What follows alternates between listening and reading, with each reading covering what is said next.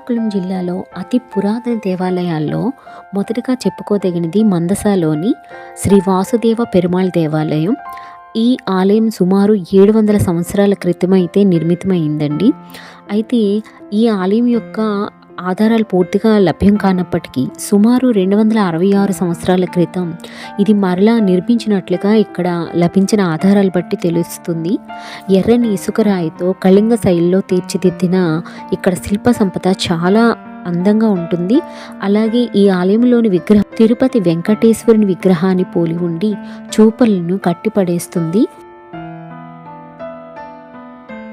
వేద అభ్యసనానికి కేంద్రంగా విలసిల్లినట్లు కూడా తగిన ఆధారాలు లభించాయి.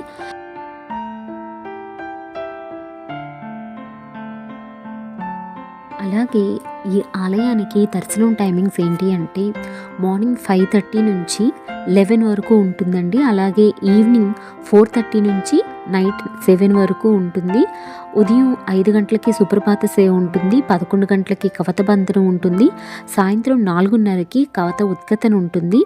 అదేవిధంగా బ్రహ్మోత్సవాలు అనేవి కూడా ఈ ఆలయంలో జరుగుతాయండి.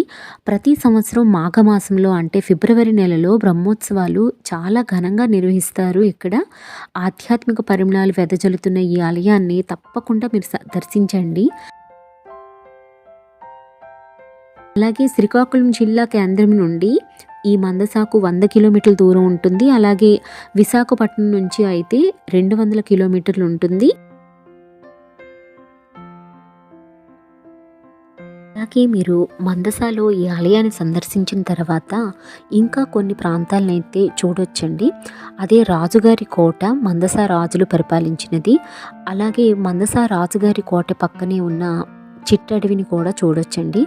అందులోని అమ్మవారి గుడి ఉంటుంది.